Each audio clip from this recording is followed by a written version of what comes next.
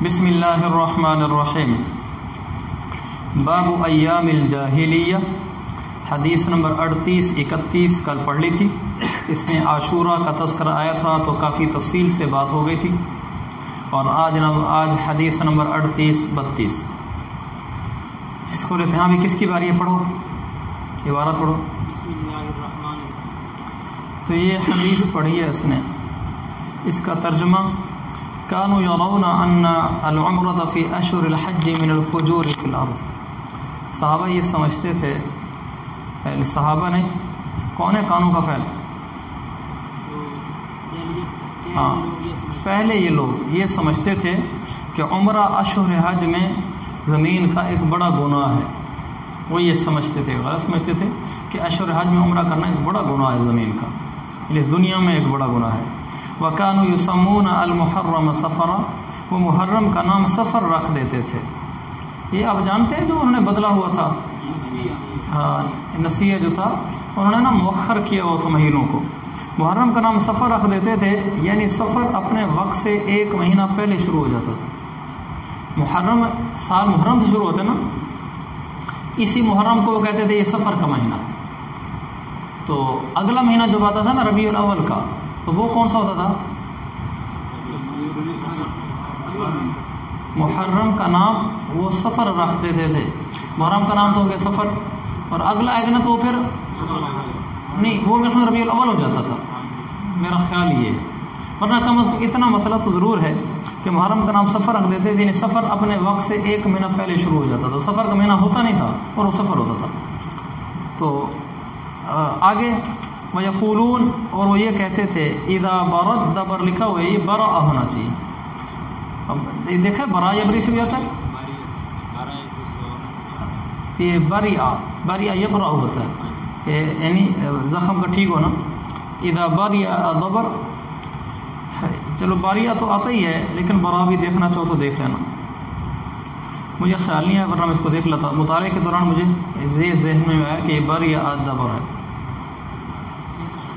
جب زخم کا نشان ٹھیک ہو جاتا تھا، دبر کہتے ہیں اس نشان کو جو اونٹ کی پیٹھ پر ہوتا ہے، جیسا کہ عمدۃ القاری میں لکھا ہے، وہ افل اثر، اور جب نشانات مٹ جاتے تھے، یعنی لوگ جب آتے تھے عمرہ کے لیے تو اونٹوں کے نشان، ان کے لوگوں کے اپنے پاؤں کے قدموں کے نشان یہ مٹ جاتے تھے۔ حلت العمرۃ لمن اعتمر، عمرہ کرنے والوں کے لیے عمرہ حلال ہو جاتا تھا۔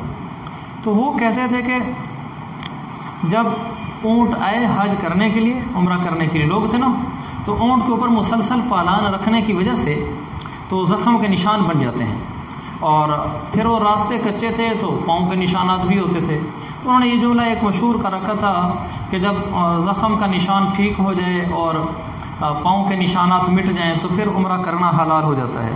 نیچے حاشیے میں لکھا ہوا ہے وَكَانَ ذَلِكَ الْبَرْءُ يَبُرْءُ وَالْعَفْوُ غَالِبًا بَعْدَ انسلاخ سفر، زخم کا یہ ٹھیک ہو جانا اور نشانات کا یہ مٹ جانا یہ عام طور پر سفر کے مہینے کے جانے کے بعد ہوتا تھا۔ تو چونکہ مشہور یہ تھا کہ جب سفر چلا جائے تو پھر وہ چلا جاتا تھا، وہ پھر پیچھے مہینہ ہی بدل دیتے تھے، کہتے تھے بس اب سفر چلا گیا سمجھو وہ چلے گئے نشانات۔ رسول پاک صلی اللہ علیہ وسلم تشریف لے اور آپ کے صحابہ بھی 4 تاریخ کو حج کا احرام باندھ کر، حج محلینا ای مربینا، حج کا احرام باندھ کر وہ 4 کو پہنچے، یعنی 4 ذی الحجہ کو پہنچے۔ وَأَمَرَهُمُ النَّبِيُّ أَن يَجْعَلُوهَا عُمْرَةً، جب آپ صلی اللہ علیہ وسلم 4 کو پہنچے تو کون سی تاریخ بنے گی؟ یہ 4 کون سی ہوگی؟ ذی الحجہ کی، ذی الحجہ کی 4 کو پہنچے تو آپ نے صحابہ کو حکم دیا کہ وہ اس احرام کو عمرہ بنا لیں۔ اور یہ جو انہوں نے آئے ہوئے تھے اس دفعہ، انہوں نے کہا یا رسول اللہ کون سا حلال ہونا؟ آپ نے فرمایا پورا حلال ہونا، کیونکہ جب آدمی احرام کھولتا ہے نا، عمرہ کر لیا احرام کھول دیا تو پھر آدمی حلال ہو جاتا ہے۔ تو اس پر آپ صلی اللہ علیہ وسلم نے فرمایا پوری طرح حلال ہو جانا، اس لیے کہ حاشیے میں لکھا ہوا ہے صحابہ نے پوچھا الکواکب الدراری کے حوالے سے یا رسول اللہ کون سی چیز ہمارے لیے حلال ہوگی؟ آپ نے فرمایا سب چیز حلال ہو گئی جو محرم پر حلال ہوتی ہے، یہاں تک کہ جمع بھی، کیونکہ احرام کی 2 قسمیں ہیں، ایک اس کو کہتے ہیں تحلل اصغر اور تحلل اکبر۔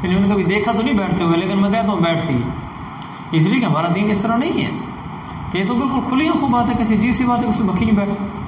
جب بعض لوگ کہتے ہیں بیت اللہ کے اوپر سے کوئی پرندہ نہیں گزر سکتا، غلط ہے، مجھ سے کیوں نہیں گزر سکتا؟ پرندہ گزرنے کی دور کی بات ہے، چھت کے اوپر بیٹھ کر پرندے بیٹیں کرتے ہیں، اور جو بیت اللہ کا خلاف ہے اس میں بیٹیں پڑی ہوئی ہوتی ہیں، پرندے اوپر آ کے بیٹھ کے بیٹیں کرتے ہیں۔ یہ کوئی بیت اللہ کی شان کے خلاف نہیں ہے، اس طرح کی باتیں نہیں کرنی چاہیے اپنے دین کو ثابت کرنے کے لیے۔ یہ دنیا کا نظام ہے، یہاں سب کچھ ہوگا۔ انبیاء کے ساتھ کتنی تکلیفیں ہوں، اللہ کے نبی کو پتھر مارے گئے طائف کے مقام پر، جوتا خون سے بھر گیا، اللہ تعالیٰ نہیں دیکھ رہا تھا؟ کیا اللہ کا سچا نبی نہیں، اللہ کا محبوب نہیں؟ یہ دین کو پرکھنے کا طریقہ نہیں ہے اگر اس طریقے سے ہم پرکھنا شروع کر دیں۔ لہذا ایسی باتیں نہیں ہیں، بس اسلام نے جو ہمیں مبارک تعلیمات دی ہیں قرآن حدیث میں، وہ ہماری حقانیت کی علامت ہے کہ قرآن کیسا خوبصورت، اسلام کیسا خوبصورت مذہب ہے۔ اسلام مذہب میں کوئی کجی اور ٹیڑھا پن نہیں، قرآن حدیث میں کوئی کجی اور ٹیڑھا پن نہیں ہے کہ ایک ہستی 23 سال بولتی ہے، بشر ہے، پورے 23 سال میں کسی ایک بول میں آپ کجی ٹیڑھا پن نہیں نکال سکتے۔ قرآن 30 سپاروں پر موٹی مشتمل کتاب ہے، پوری کتاب میں آپ ایک غلطی نہیں دکھلا سکتے، ہمارا رب غلطی نہیں کرتا۔ یہ ہماری بنیادیں ہیں۔ اسلام کی تعلیمات خوبصورت ہیں، وہ دنیا اور آخرت کی زندگی کی کامیابی کی ضامن ہے۔ یہ خوبصورت ہمارا پیغام ہے کہ اسلام پہ چلنے والا رسوا ہو جائے، یعنی اسلام پہ چلنے پہ ناکامی ہے، یہ نہیں ہو سکتا۔ امتحان آزمائش علیحدہ ہے، تو اس طرح کی باتیں نہ ہوں۔ آگے حدثنا ابو نعمان، پڑھو بھی اگلا ساتھی۔ اچھا پیچھے وہ آیا تھا جو لغوی لفظ اس کو کواکب و دراری میں دیکھنا چاہیے، جیسے پیچھے اذا برد دبر تھا، میں نے کہا تھا اس کو دیکھیں گے، اذا باریہ دل میں آ رہا ہے کہ اذا باریہ ہونا چاہیے، چونکہ نیچے بھی لکھا ہے نا وکان ذالک البرء یا البرء، وہاں بھی حمزہ سے لکھا ہے۔ اس طرح کے الفاظ ملیں گے۔ الکواکب و دراری شروع ہے اربع میں سے، جو وہ شرح ہے جس کا تعلق لغت کے ساتھ۔ آگے پڑھو بھی اگلی حدیث جی، پڑھو بھائی۔ قبیلے میں سے تھی، اس کا اوپر والی حدیث میں قال سفیان و یقول، حاشیہ میں لکھا ہے عمر، یہ تسامو ہے، عمر نہیں ہے، یہ عامر ہے، کیونکہ بر سند میں عمر ابن دینار ہے۔ اور نیچے والی سند میں قال دخل ابو بکر علی امرأۃ من احمس، قبیلہ احمس کی ایک عورت تھی جس کو زینب کہا جاتا تھا، یعنی اس کا نام زینب تھا۔ تو حضرت ابو بکر نے ان کو دیکھا، وہ بات نہیں کر رہی تھی، تو آپ نے پوچھا تم بولتی کیوں نہیں ہو؟ قالوا حجت مسمتۃ، کیا مطلب؟ ہاں، اس نے حج کرنا ہے خاموشی کی حالت میں۔ اس زمانے میں لوگ منتیں مانتے تھے کہ ہم نہ بالکل خاموش ہو کر حج کریں گے، یہ اس کو عبادت سمجھتے تھے۔ تو آپ نے اس عورت سے کہا، یعنی صدیق اکبر رضی اللہ عنہ نے کہا فإن هذا لا يحل، ہمارے مذہب اسلام میں یہ بات حلال نہیں ہے کہ کوئی آدمی اس کو عبادت سمجھ کر خاموشی کو حج کے اندر نظر مان کر آ جائے، یہ زمانہ جاہلیت کا عمل ہے۔ تو پھر وہ عورت بولنے شروع ہوئی، تو پھر اس عورت نے پوچھا کہ آپ کون ہیں؟ اور وہ صدیق نے اپنے آپ کو چھپانے کے لیے کہا امرؤ من المہاجرین، ایک مہاجری آدمی ہوں۔ پھر اس نے کہا ای المہاجرین، کون سے مہاجری؟ آپ نے فرمایا قریش کا۔ کہنے لگا کون سے قریش سے تم ہو؟ حضرت اسے کہنے لگا انکی لسؤول، یہ مبالغے کا صیغہ ہے، مرد اور دونوں کے لیے استعمال کرتا، تو بڑی سوال کرنے والی، بہت پوچھی جا رہی ہے، میں ابو بکر ہوں۔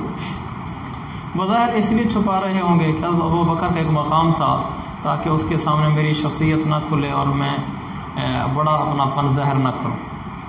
اور کوئی ہم جیسا ہوتا، تجھے پتہ نہیں ہے میں کون ہوں، تو مجھے نہیں جانتی، تو انا للہ و انا الیہ راجعون۔ تو کہنے لگی ما بقاؤنا علی هذا الامر الصالح الذي جاء الله به بعد الجاہلیہ، زمانہ جاہلیت کے بعد اللہ یہ جو اس نیک امر کو لے کر آیا ہے، ہم کب تک اس پر چلتے رہیں گے؟ یعنی زمانہ جاہلیت کے بعد ایک اچھا دور، اچھا زمانہ، اچھی زندگی ہمارے پاس آئی ہے، ہم کب تک اس پر قائم رہیں گے؟ تو انہوں نے کہا کہ جب تک تمہارے سردار اس پر قائم رہیں گے تم بھی اس پر قائم رہو گے۔ الدین علی الناس علی دین ملوکہم، جیسے بڑے ویسے چھوٹے، کما تکونون کذالک یؤمر علیکم، جیسے تم ہوں گے ویسے تمہارے اوپر امیر اور حاکم مقرر کیے جائیں گے۔ وہ کہنے لگی ومل ائمہ، آپ نے کہا یا ابو بکر کہ آپ کے جب تک ائمہ جو وہ ٹھیک رہیں گے اس وقت تک تم بھی اس امر پر باقی رہو گے۔ تو کہنے لگی ائمت سے کیا مراد ہے؟ آپ نے فرمایا کیا تمہاری قوم کے کچھ سردار اور معزز لوگ نہیں ہیں کہ وہ لوگوں کو حکم کرتے ہیں اور لوگ ان کی بات مانتے ہیں؟ ایسے لوگ نہیں آپ کی قوم میں؟ کہنے لگے جی ایسے تو ہیں۔ آپ فرمایا یہی تو ہیں لوگوں کے اوپر جو سردار بنے ہوں۔ تو اس میں چونکہ جاہلیت کی بات کا تذکرہ ہے نا، جاء اللہ بہ بعد الجاہلیہ، اس کو باب ایام الجاہلیہ میں شمار کر لیا گیا حدیث میں۔ آگے یہ اگلی حدیث ہے 38-35 عن ہشام عن ابیہ عن عائشہ رضی اللہ عنہ۔ یہ وہی بات ہے جو اس میں کچھ دن پہلے کر رہا تھا، وہ پھر آگے اگلا گھنٹہ شروع ہو گیا تھا۔ حضرت عائشہ رضی اللہ کی شادی والی، آپ کی شادی جو 9 سال کی عمر میں ہوئی ہے، وہ 9 سال کی عمر میں ہی ہوئی ہے۔ یہ غلط ہے جو بعضوں نے کہا ہے کہ 19 سال کی عمر میں ہوئی ہے، 9 سال کی عمر میں ہوئی ہے، لیکن اس کم عمر میں کیوں ہوئی اس کے میں نے اس دن آپ کو فائدے بتائے تھے۔ ریکارڈنگ میں تو نہیں آ سکے تھے لیکن میں نے بتایا تھے، اس میں نے یہ بتایا تھا کہ اس شادی کے اور بہت سارے اغراض و مقاصد تھے، صرف یہی نہیں تھا کہ چلو شادی ہوگی بس ایک یعنی بیوی شوہر کے پاس چلی جائے، بلکہ اس میں ایک بہت بڑا مقصد یہ بھی تھا کہ حضور صلی اللہ علیہ وسلم سے حضرت عائشہ اپنی کم عمری کے باوجود اپنی خداداد ذہانت کی بدولت حضور صلی اللہ علیہ وسلم سے بہت کچھ سیکھ لیں، جلدی سیکھنا شروع کر دیں۔ اور صدیق ان کی اس فراست کو بھانپ گئے تھے، اس لیے انہوں نے اللہ کے نبی کے پاس رخصتی کر کے بھیج دیا۔ پھر انہیں چھوٹی عمر میں اللہ کے نبی سے اتنا زیادہ سیکھا کہ بعد بڑی عمر والے بھی نہیں سیکھ سکے، کہ صحابہ میں سب سے زیادہ حدیث کی روایتیں مردوں میں سے حضرت عائشہ کی، عورتوں میں سے حضرت عائشہ کی ہیں، اور بہت سارے مرد صحابہ سے زیادہ حدیثیں حضرت عائشہ کی، بہت سارے مرد صحابہ سے زیادہ حدیثیں۔ مجھے یاد ہی پڑتا ہے دوسرے نمبر پہ ان کی حدیثیں، پہلے نمبر پہ حضرت ابو ہریرہ کی ہیں اور دوسرے نمبر پہ حضرت عائشہ کی، اور تقریباً 2200 سے زیادہ حدیثیں ہیں۔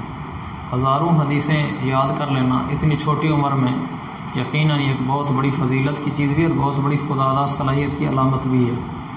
تو اب دیکھیں یہ حدیث بھی حضرت عائشہ سے، اور وہ واقعہ بھی ایسا بیان کر رہے ہیں جو گھر سے متعلقہ ہے۔ تو حضرت عائشہ نے اس طرح بہت سارا دین سیکھا جو امت تک پہنچایا۔ حضرت عائشہ کہتے ہیں قالت اسلمت امرأۃ سوداء، ایک عورت جو کالے رنگ کی تھی، لبعض العرب یعنی کسی عرب قبیلے کی وہ باندھی تھی، تو وہ مسلمان ہو گئی۔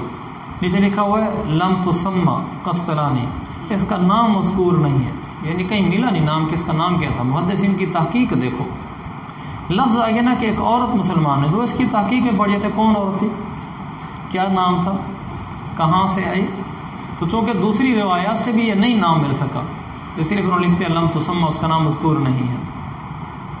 وکان لها حفش فی المسجد، مسجد میں اس کا چھوٹا سا جھونپڑا سا تھا، اس نے مسجد میں آ کر وہی مسجد نبی میں اس نے جھونپڑی ڈالی، چونکہ وہ مسافر تھی، پردیس میں تھی۔ قالت فکانت تأتینا فتحدث عندنا، حضرت عائشہ فرماتی ہیں ہمارے پاس آ کر بیٹھتی تھی، کیونکہ ادھر ہی حضرت عائشہ کا گھر ہے، ادھر ہی مسجد نبی ہے۔ اللہ آپ سب کو، مجھے بھی پھر دکھلائے، آپ کو بھی بار بار دکھلائے۔ مسجد نبوی اور حضور صلی اللہ علیہ وسلم کا حجرہ مبارکہ یہ آپس میں ملے ہوئے ہیں، یعنی اگر حضرت عائشہ کے کمرے سے گھر سے کوئی باہر نکلے تو آگے مسجد ہے سیدھی، تو وہ چونکہ ساتھ ساتھی تھے، گویا کہ مسجد نبوی گویا کہ صحن ہے حضرت عائشہ کے گھر کا، یعنی یوں سمجھ لیں اس طرح ساتھ ہے۔ تو وہ حضرت عائشہ فرماتے ہیں کبھی ہمارے پاس آ جاتی، فتحدث عندنا، اصل تھا فتحدث عندنا، ایک تھا حذف ہو گئی، تو ہمارے پاس آ کر باتیں کرتی تھی۔ جب وہ اپنی باتوں سے فارغ ہو جاتی تو پھر وہ شعر پڑھا کرتے تھی، وَيَوْمُ الْوِشَاحِ مِنْ تَعَاجِيبِ رَبِّنَا أَلَا إِنَّهُ مِنْ بَلْدَةِ الْكُفْرِ أَنْجَانِ۔ ایک تو شعر کو نا ہمیشہ شعر کے انداز پڑھا کرو، چاہے بیان میں چاہے گفتگو میں، تو اس کا اپنا ایک اثر ہوتا ہے۔ وہ کہتے تھی ہار کا دن ہمارے رب کے عجائب میں سے، ہار کا دن ہمارے رب کے عجائب میں سے ہے، تعاجیب یہ عجائب میں سے ہے، عجائب قدرت، اس کا مفرد نہیں آتا، اس کا ترجمہ جمع والا ہے کہ عجائبات، لیکن اس کا مفرد کوئی نہیں ہے، ایسا نہیں کہتے عجاب و مفرد و تعاجیب جمع ہو، ایسا نہیں ہے۔ بعض الفاظ ایسے ہوتے ہیں جن کی مفرد اس سے نہیں آتی، جیسے نساء کے لفظ سے تو مفرد کوئی نہیں نا، تو ایسے اس کی کوئی مفرد نہیں ہے۔ وہ کہا کرتی تھی ہار کا دن بھی ہمارے رب کی عجائب قدرت میں سے ایک دن ہے، الا تنبیہ کے لیے، انہ من بلدۃ الکفر انجانی، ہاں میری اس بات کو توجہ سے سنو کہ بے شک وہ رب ہے جس نے مجھے کافروں کے علاقے سے نجات دی. کافروں کے علاقے سے اللہ مجھے یہاں لے آیا، کیونکہ وہ کافروں کے علاقے سے یعنی چھوڑ کر اس علاقے کو مسجد نبوی میں آ کر وہ ڈیرا ڈال لیا تھا، اس نے مدینہ میں آگے تھی. اللہ ہم سب کو مدینہ کی زندگی وہاں کی موت عافیت سے نصیب فرمائے. فلما اکثرت، جب وہ بہت زیادہ یہ کرنے لگی، یعنی جب بھی بات ختم ہوتی اور یہ شعر پڑھ دیتی، یہ اکثرت، یعنی جب بہت زیادہ ایسا کرنے لگی، حضرت عائشہ نے ایک دن اس سے پوچھا وما یوم الوشا، یہ ہار کا دن کیا ہوتا ہے جس کی اب بات کرتی ہیں؟ تو وہ پھر اس نے پورا واقعہ سنایا. کہنے لگی خرجت جویریۃ لبعض اہلی وعلیہا وشاہ من ادم فسقط منہا. غریب بیچارے اکثر مظلوم ہوتے ہیں. کہ ایک دن ایک لڑکی ہمارے اہل خانہ میں سے، یعنی جن کی یہ باندھی تھی ان میں سے ان کی کوئی ایک لڑکی، نیچے لکھا عروسن دلہن تھی، وہ ایک لڑکی ایک دن نکلی اور وہ اپنے غسل خانے والی جگہ پر گئی جہاں نہانے کی جگہ تھی. تو اس نے چمڑے کا ایک ہار پہن رکھا تھا، اس کے اوپر چمڑے کا ایک ہار تھا جو اس لڑکی سے گر گیا، اور فنحطت علیہ الحدیہ، اس کے اوپر اتری ایک چیل اتری، اور وَهِيَ تَحْسِبُهُ لَحْمًا فَأَخَذَتْ، چیل سمجھ رہی تھی یہ گوشت ہے کیونکہ وہ سرخ رنگ کا تھا، تو وہ اٹھا کر چیل چلی گئی. فَاتَّهَمُونِ بِهِ فَعَذَّبُونِ بِهِ، جس وقت وہ لے کر گئی چیل، اس وقت یہ باندھی شاید نہیں دیکھ رہی تھی، آگے بات سے محسوس ہوتا ہے، اس وقت اس کو بھی پتہ نہیں تھا وہ ہار کہاں گئی، اس کو بعد میں پتہ چلا کہ چیل لے گئی تھی. خیر وہ نہا کر واپس آئی تو ہار نہیں تھا. تو فَاتَّهَمُونِ بِهِ فَعَذَّبُونِ بِهِ، تو ان گھر والوں نے میرے اوپر تہمت لگائی اور مجھے اس کی وجہ سے تکلیف دی، سزا دی کہ تو نے چرایا ہوگا. حتی بلغ من امری انہم طلبوا فی قبولی انا للہ، یہاں تک کہ میرا معاملہ یہاں تک پہنچ گیا کہ وہ میری شرمگاہ تک میں اس کو ڈھونڈنے لگے کہ تو نے اندر ران کی جڑوں میں کہیں چھپا کر باندھ کے رکھا ہوا ہوگا جہاں آدمی ہاتھ ڈال کے چیک نہیں کر سکتا، تو نے چھپایا ہوگا، کہ یہاں تک وہ پہنچ گئے. فبینہم، اسی دوران ہم کھڑے تھے، یعنی سارے لوگ موجود تھے، حولی میرے ارد گرد اسی دوران موجود تھے، وَأَنَا فِي قُرْبِي كَرَبِي، میں اپنی تکلیف میں تھی، اسی دکھ میں تھی کہ میرے ساتھ کیا ہو رہا ہے. اِذْ أَقْبَلَتْ الْحُدَيَّةُ، اسی دوران مفاجأتاً اچانک ایک چیل آئی، حَتَّى وَازَتْ بِرُؤُوسِنَا، یہاں تک کہ ہمارے سروں کے بالکل برابر ہو گئی، وہ مقابلے میں، سروں کے مقابل آ جانا، یعنی ہم نیچے ہیں، اوپر بالکل ہمارے سر کے مقابلے میں، اس کو وازات کہتے ہیں، موازات. ثم القتہ، پھر اس نے اوپر سے نیچے وہ ہار پھینکا، فاخذوہ، تو ان لوگوں نے اٹھا لیا. فقلت لهم، تو پھر میں نے انہیں کہا تھا، ھذا الذی اتہمتمونی بہ، یہ ہے وہ چیز جس کی تم میرے اوپر تہمت لگا رہے تھے، وانا منہ بریۃ، حالانکہ میں اس سے بری تھی. تو اب ان کو بھی پتہ چل گیا کہ چیل لے کر گئی تھی، اس نے گوشت سمجھ کر اٹھایا ہوگا، ان کو بھی پتہ چل گیا. اس حدیث میں بڑے دروس ہیں، بڑی چیزیں ہیں. میرے دل میں کبھی کبھی آتا ہے اللہ تعالیٰ مجھ پلیز سے یہ پاک کام لے لے. ہم احادیث تو پڑھتے ہیں لیکن احادیث میں عملی پیغامات کیا ہیں؟ جیسے یہ حدیث بظاہر ایک واقعہ ہے، لیکن اس حدیث میں بہت کچھ چھپا ہوا ہے، جس کو حافظ ابن حجر نے فتح الباری میں لکھا بھی ہے، اور کل کے سبق میں بتاؤں گا بھی صحیح انشاءاللہ. اس طرح اور بھی بہت ساری حدیثیں ہوتی ہیں جن میں بہت کچھ ہوتا ہے. جیسے اوپر والی بات تھی، اس نے بہت زیادہ سوال کرنے شروع کر دیے تو اس کو اچھا نہیں سمجھا، اور حضرت ابوبکر نے اپنا نام چھپانا چاہا. یہ بھی ایک درس ہے حدیث کا، لکھا ہوا نہیں ہے کہ انہوں نے اپنا نام کیوں چھپانا چاہا، تو اپنے بڑے پن کو بچانے کے لیے، چھپانے کے لیے. تو حدیثوں میں بہت سارے پیغامات ہوتے ہیں. میں کہتا ہوں قرآن حدیث اس طرح پڑھیں، حدیث میں جو واقعہ جو مسئلہ بیان کرنا مقصود ہے وہ بھی حاصل کریں، پھر اس کے ضمن میں جو پوشیدہ دروس ہیں وہ بھی حاصل کریں. قرآن بھی ایسے پڑھیں. حضرت موسیٰ کا واقعہ مذکور ہے تو واقعہ بھی سمجھیں کہ وہ بھی بذات خود مقصود ہے، قرآن میں لکھا ہوا ہے، لیکن اس واقعے کے ضمن میں کئی پیغامات بھی ہیں، وہ بھی ہم سمجھیں. تو یہ والا کام تو میں نے کس درجے میں شروع کر لیا ہے کہ قرآن کے اندر عملی پیغامات. میرا جو درس قرآن ہوتا ہے وہ اسی کے پیش نظر ہوتا ہے. درس بیان کرتا ہوں، ساتھ سے پیغامات کیا نکلتے ہیں وہ بیان کرتا ہوں. لوگ اس سے بڑا اچھا اثر لیتے ہیں اور بڑے ذوق سے سنتے ہیں اس کو. عام طور پر درس قرآن کامیاب اس لیے نہیں ہوتے. میں آپ کو ایک پتے کی بات بتا دوں، اللہ کی رحمت کا اعتراف کرنے کے بعد عرض کر رہا ہوں، عام طور پر جو فضلہ درس قرآن دیتے ہیں وہ کامیاب نہیں ہوتے. مجمع نہیں جڑتا، اتنا مجمع تھوڑا ہوتا ہے، لوگ ذرا پسند نہیں کرتے. اس کی وجہ یہ ہوتی ہے وہ درس قرآن کی آیتوں میں جو لکھا ہوا ہے نا، کوئی قصہ چل رہا ہے تو قصہ سنا دیا، کوئی آیتیں چل رہی ہیں تو آیتیں چل رہی ہیں. لوگ کہتے ہیں یار یہ تو بنی اسرائیل اور موسیٰ علیہ السلام کے زمانے کا ایک واقعہ پیش آیا تھا، انہوں نے موسیٰ علیہ السلام کو ایسے کہا، موسیٰ علیہ السلام آگے ان کو ایسے کہا، بس ٹھیک ہے ختم ہو گیا، ہمارا تو یہ مسئلہ نہیں ہے نا. تو اس لیے لوگ دلچسپی نہیں لیتے، اچھا میں آج درس میں شریک نہیں بھی ہوا تو کیا ہو گیا. اگر آپ اس میں سے نکلنے والے پیغامات نکال کر اس کو معاشرے پر منطبق کریں، آپ کہیں کہ دیکھو آج ہمارے معاشرے میں گھر کی بچیوں کے ساتھ بہوں کے ساتھ ایسے ہوتا ہے، دیکھو جیسے اس واقعے میں آ رہا ہے، اس سے پیغامات آپ نکالیں اور پھر آپ جھنجھوڑیں اس سے لوگوں کو، غصے میں نہیں، اپنے علم سے، اس سے نکلے ہوئے دروس کے ذریعے سے وہ خود جھنجھوڑیں گے. تو پھر وہ کہیں گے ارے تو قرآن تو بڑی اچھی چیز ہے، حالانکہ آپ نے اسی سے بیان کیا. اس پر کام ہونا چاہیے، اور اس پر ایک کام ہو بھی چکا ہے، وہ بہت نافع ہے، انشاءاللہ میں بھی اسے استفادہ کروں گا.